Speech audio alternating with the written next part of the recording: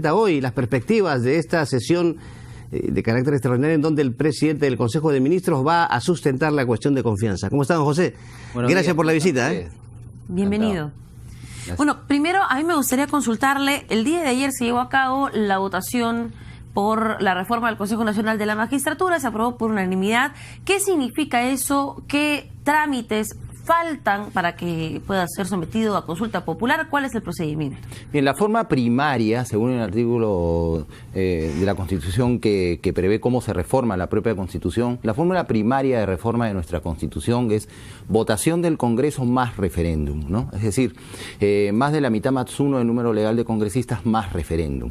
Y tenemos una variante optativa, es decir, una vez ocurrido esto, y ayer se ha superado más, digamos, el número de más de la mitad más uno del número legal de congresistas, el Congreso puede decidir, y más de los 2/3 además, ¿no? El Congreso puede decidir ir al referéndum, ¿no? O esperar la siguiente legislatura para repetir esta votación o superarla, porque no han votado los 130, o superarla, y reformar de esa manera la Constitución. Pero reitero, la forma primaria de reforma de la Constitución es votación del Congreso de más de la mitad más uno del número legal más referéndum, ¿no? Es decir, simplemente se anuncia que se va a ir a referéndum y se tienen que activar todos los procesos de coordinación con el órgano constitucional. Claro, pero ¿quién anuncia? ¿Quién decide? ¿No? Me imagino que se tiene que nombrar fecha. Podría ser un acuerdo del Pleno del Congreso, pero también podría ser hasta una decisión de la Junta de Portavoces, ¿no? Es decir, van al referéndum. Y esto, ¿cuándo se va a realizar el referéndum? Eso tiene que ver con la presentación del presidente del Consejo de Ministros hoy. Me parece que quizás es muy probable que uno de los temas del planteamiento de la cuestión de confianza va a ser la fecha del referéndum. A propósito, ¿se puede?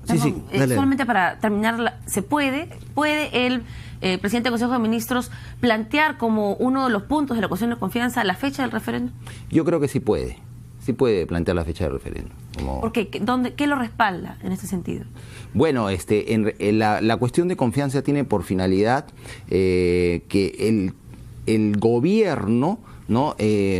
Logre del Congreso, digamos, justamente su confianza, su apoyo para una propuesta que tiene. Y la propuesta ya ha sido hecha, ¿no? El presidente de la República ha señalado que el referéndum debía hacerse el próximo 8 de diciembre.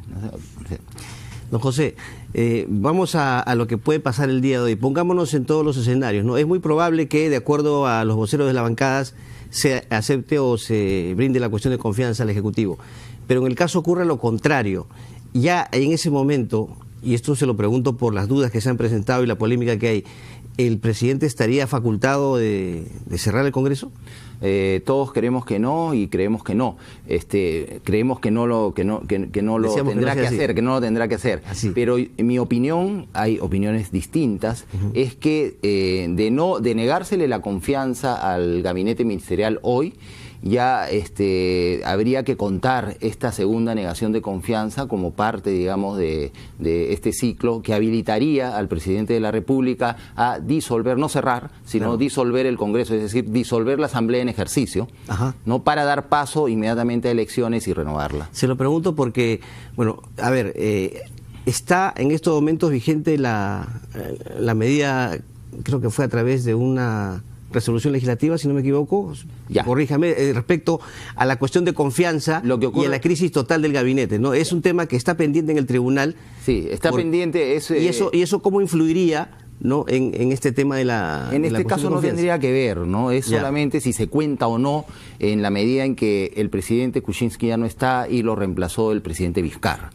Yo creo que son parte de un mismo gobierno y ha habido una caída de gabinete y esta se contaría como la segunda. Ahí está otra polémica, ¿no? Porque hablan de que no, este es un nuevo gobierno, quienes están en contra justamente de esta decisión porque lo ha iniciado el señor Vizcarra.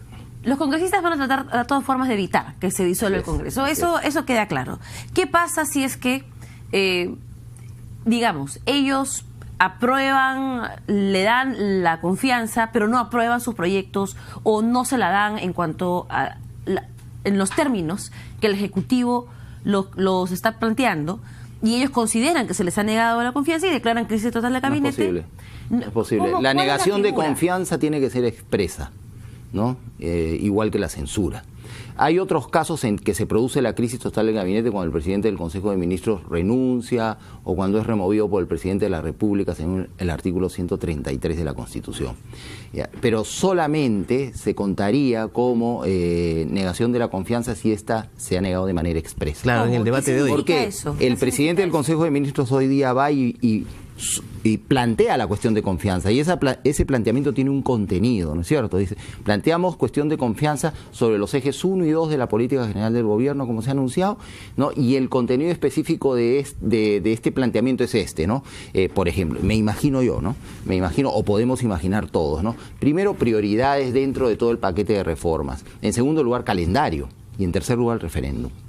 Y si es que el Parlamento le da la confianza, automáticamente se aprueban las reformas. No. Y se acorda la fecha del referéndum. No, a nadie se le podría ocurrir que hoy, porque la sesión extraordinaria ha sido convocada para hoy nada más. Entonces, hoy día no se va a aprobar todo. Y mucho menos necesariamente en los términos en que el gobierno lo ha planteado, porque hay ajustes que hacer en las proposiciones, ¿verdad? Entonces, lo que yo creo, no tengo ninguna información y creo que tampoco ustedes la tienen, ¿no? Que el presidente del Consejo de Ministros va a plantear hoy como contenido de ese planteamiento de la cuestión de confianza, podrían ser tres cosas, ¿no? Repito, ¿no? Uno es prioridades dentro de todo el paquete de reformas. 2, calendario. Esto no puede ir más allá de tal fecha. Y 3, referéndum.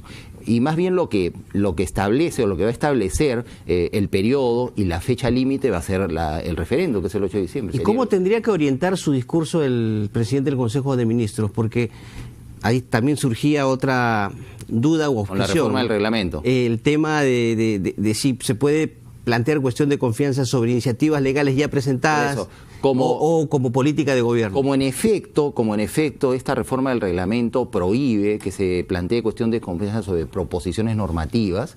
Entonces, en el decreto de convocatoria a esta sesión extraordinaria, ¿no? Con mucha inteligencia lo que han puesto es que no se va a plantear sobre proposiciones normativas, sino sobre la política general de dos ítems de la política general del gobierno.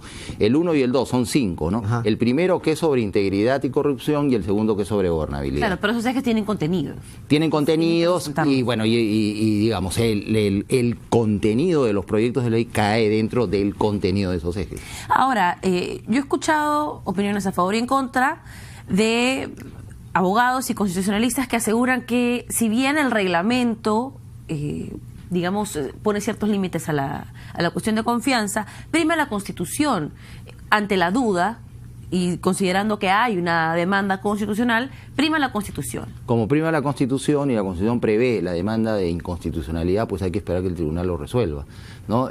O sea, quienes tienen más poder en el Perú, en este caso el Congreso, el gobierno y los demás organismos constitucionales autónomos, podrían decidir, porque consideran que se está violando la Constitución, actuar de un modo distinto a las normas vigentes, ¿no?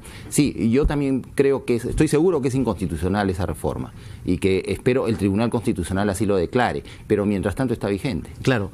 Don José, un tema, usted aprovechando su experiencia como oficial mayor, después del mensaje presidencial, el Congreso ha trabajado, ¿cree usted, a un ritmo inusual? O sea, ¿se ha presentado aquí una cuestión sui generis o ha servido, mejor dicho, este remesón, este golpe, entre comillas, ¿no? del presidente de la República hacia el legislativo? Ocurrieron dos cosas, ¿no? El Congreso ha venido trabajando, ¿no? Y eso lo demuestra el conocimiento que que hemos visto tenían y tienen los congresistas sobre el contenido de las propuestas. Han venido trabajando, hay constancia de eso, pero se empezó a lentificar, a ralentizar. Y además algunos congresistas empezaron a dar opiniones que de alguna manera podían hacer prever al presidente de la República como que querían patear este asunto para más adelante. Usted está hablando específicamente del señor Salaverry.